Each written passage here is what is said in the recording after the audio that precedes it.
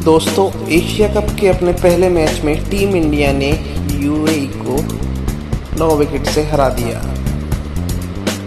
India की bowling ने UAE को 57 रन पर ऑल आउट कर दिया और उसके बाद जो उनको टारगेट मिला था 58 रन का, वो उन्होंने केवल 4.3 ओवर में ही चेज कर लिया। टीम इंडिया के इस धमाकेदार परफॉर्मेंस पर पाक मीडिया का क्या कहना है, देखते हैं इस वीडियो में।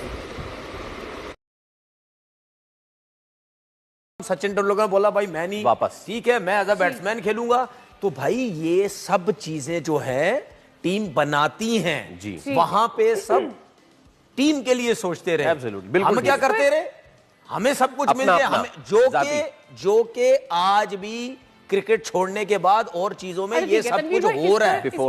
बिफोर दैट समरी पर जाने से पहले I think let's take his point and then we go to summary. Fawad भाई, एक तो इसलिए कि आप हमेशा कहते हैं कि T20 में कोई बड़ी टीम नहीं होती ना, जब कोई बड़ी टीम होती है तो वो ऐसे दिखाती है कि भाई this is where the difference is, वो उन्होंने दिखाया। ये बड़ी टीम से मुराद ऐसा कतई नहीं है कि जी यूएई को आप कह दें कि जी फ्लूक लग जाएगा मार देंगे, ऐसा होता नहीं है। बट यूएई ने भी अपने टाइम पे कुछ टीमों को हराया है, लेकिन यहाँ तो बहुत बड़ा फर्क है। यूएई आपके अगेंस्ट दावा करती है पाकिस्तान के अगेंस्ट कि हम हरा सकते हैं। अरे दावा अभी लालचंद, उन्होंने उनके जो कोच हैं लालचंद राजपूत, उन्होंने ये भी कहा था कि हम इंडिया को भी हराएंगे। अभी उनके कोच ये कह रहे थे। तो कहने में तो जब आप मैदान में आते हैं तो मोहम्मद अली किले को भी बड़े बड़े लोग कहते थे हराएंगे, दिखा दिया ना इंडिया ने।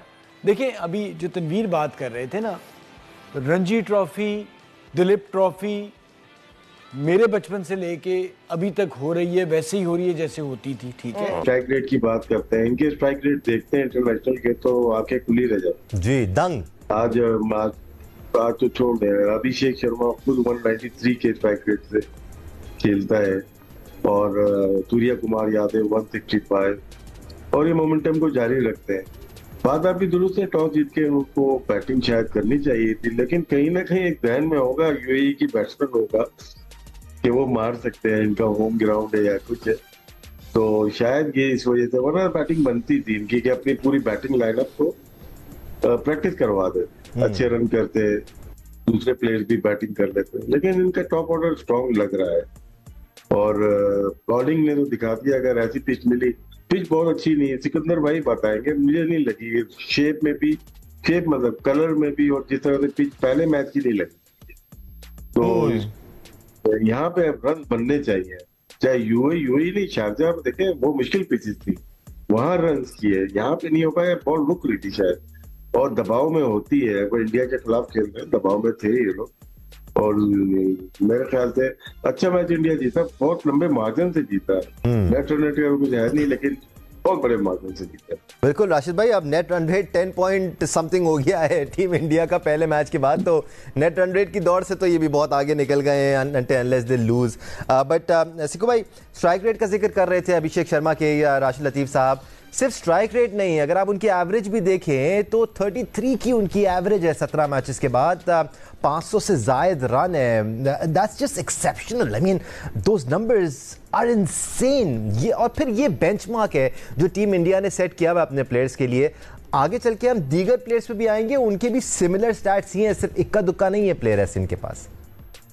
ये देखो, मैंने सुबह जो स्टैट्स निकाले थे, मैंने उसमें आपको बताया था कि 2 लोग हैं जिनके 1000 से ज्यादा रन हैं, 2 लोग। एक तो आपका सूर्या कुमार यादव है जिसके 83 हैं, T20 2500 रन है, और एक पांड्या साहब हैं जिनके 114 हैं और 1800 से थोड़े से ज्यादा रन हैं।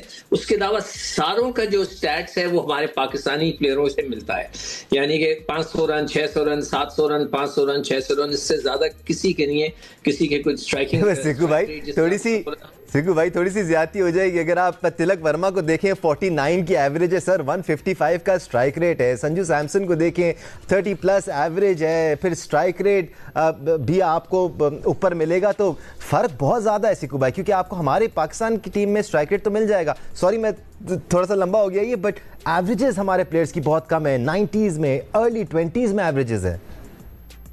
देखिए, इसको इनके जो स्ट्राइक रेट पे वो वाकई शर्मा का जो है 193 मैंने यहाँ लिख कर रखा हुआ है, उनका है। बाकी सबके नॉर्मल है, कोई एक्स्ट्रा ऑर्डिनरी नहीं है। जो एक्स्ट्रा ऑर्डिनरी है वो उसका है 193, और उसने सिर्फ 17 मैचों में 535 रन भी किए हुए। मगर ये तो इनका बैटिंग का हो गया। जो विकेट की जो बात कर रहा है राशिद, मैंने नोट किया है कि विकेट ऐसा नहीं है कि जो बल्ले के ऊपर गेंद आ जाए और वो जो कह रहा था एंडी क्लार्क के जी ये बहुत अच्छी विकेट बनाएंगे बैटिंग रन, वो ऐसी नजर नहीं आ रही। आप अगर आप देखें तो इधर स्पिनर्स ने तकरीबन 7 ओवर किए और फास्ट बॉलर ने 6, तकरीबन आधे आधे। गेंद पे मतलब स्पिन पे इतना ब्रेक नहीं हुआ है जैसे कि शारजाह में होता है, मगर उसमें गेंद में इतना आसानी नहीं थी मारने में। जब मैं मैच के बाद बाहर निकला तो कुछ इंडियन फैंस उतर रहे थे, मैं भी निकल रहा था, तो उन्होंने मुझसे बात शुरू कर दी, हाथ वाथ मिलाया।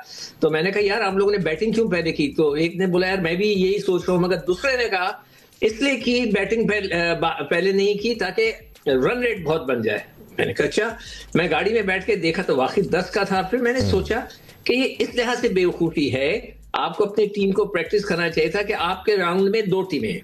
अगर वो कल मिले मुझे दोबारा अगले मैच में तो उनको मैं कहूंगा कि राउंड में 2 टीमें तगड़ी, वो दोनों ने आना है, हर हाल में आना है। तो उसमें उनका मुकाबला इसमें कोई 4 टीमें तो है ही नहीं जिनसे मुकाबला करके अपने रन रेट बढ़ाना है, और एक वीक टीम है उसको आपने ठीक ठाक उसकी पिटाई करनी है।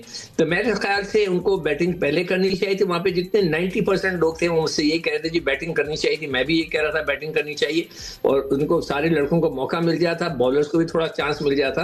तो एवरेज जो है जिस तरह के अफगानिस्तान का स्ट्राइक रेट रन रेट जो है 104 है, उनका 10 पे पहुंच गया है। तो हर एक को वो हरा देंगे, पाकिस्तान इंशाल्लाह हरा देगा, दोनों पहुंच जाएंगे। तो प्रैक्टिस का चांस उन्होंने मेरे ख्याल से मिस किया है। बट अहमद, हम भारत के टॉप 5 बैटर्स को देख लें, सभी के स्ट्राइक रेट्स एक्सेप्शनल हैं, सभी की एवरेजेस एक्सेप्शनल हैं, मतलब बियॉन्ड एक्सेप्शनल। अगर आप खासतौर पर पाकिस्तान से कंपेयर करते हैं तो ज़मीन आसमान का फ़र्क है सर स्टैट्स में। ऐसे में इंडिया रवायती तौर पर टॉस जीतकर पहले बैटिंग नहीं किया आज उन्होंने पहले बॉलिंग की। They came in with a plan and they executed it wonderfully. देखिए, एक तो बड़ी डोमिनेटिव परफॉर्मेंस थी इंडिया की तरफ से, और बेशक क्लियर डिफरेंस उन्होंने आज दिखाया है, बताया है।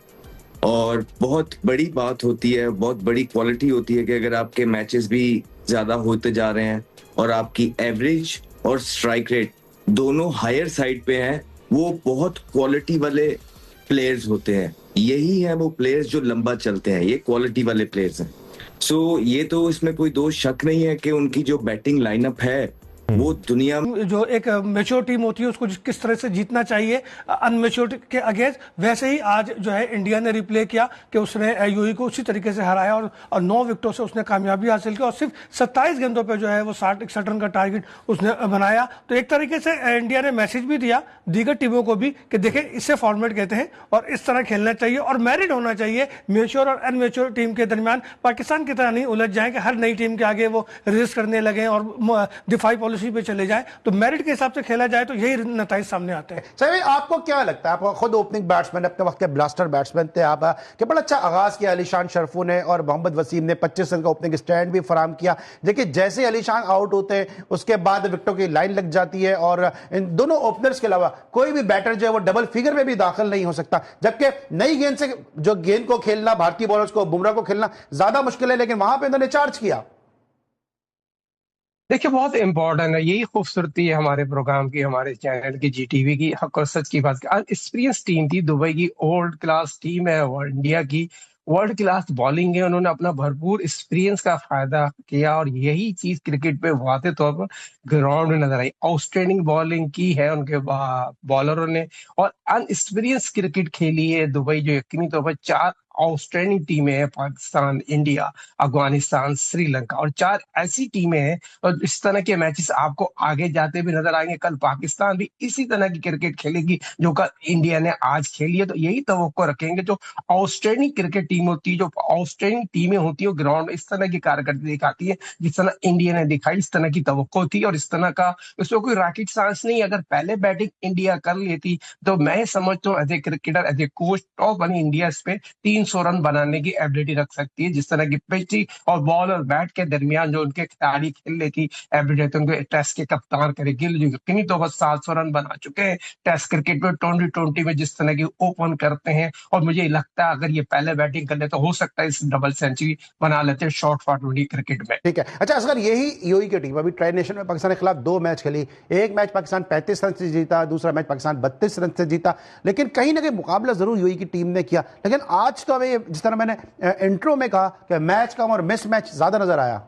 अब बिल्कुल सही कह रहे हैं अली, वाकई मिस मैच था। और मैंने कहा कि पाकिस्तान किसी भी नई टीम के अगेंस्ट उस अंदाज से नहीं खेलता कि वो एक मैच्योर टीम है, उसका एक ट्रैक रिकॉर्ड है, वो कई सालों से जो है T20 खेलता हुआ आ रहा है, वो T20 वर्ल्ड कप का फाते भी है। कहीं से नहीं लगता किसी भी टीम के अगेंस्ट वो खेले। अगर वो टॉस हार जाता है तो इब्तिदा में उसके बॉलर्स वो काम नहीं कर पाते, और अगर वो टॉस जीत जाता है तो इब्तिदा में उसके ओपनिंग बैट्समैन या उसके टॉप ऑर्डर जो है वो दिफाई अंदाज में चले जाते हैं, और टीम जो है वो मुश्किल में आ जाती है। और हम वर्ल्ड कप T20 अमेरिका से लेकर अब तक ये देखते आ रहे हैं, और इस प्रैक्टिस को हम इन्होंने जारी रखी हुई है। और बिल्कुल साजिद भाई ने सही कहा कि इंडिया ने जिस तरीके से मैच को फिनिश किया है वो एक मैसेज है, और बिल्कुल मैसेज है ये पाकिस्तान के लिए भी है कि भाई अगर ओमान से आपका मैच है तो ऐसा नहीं हो कि आप फिर वही रिप्ले शुरू कर दें। आपको अपने अंदाज से खेलना है, एशियन टाइगर होने का सबूत देना है। वो अगर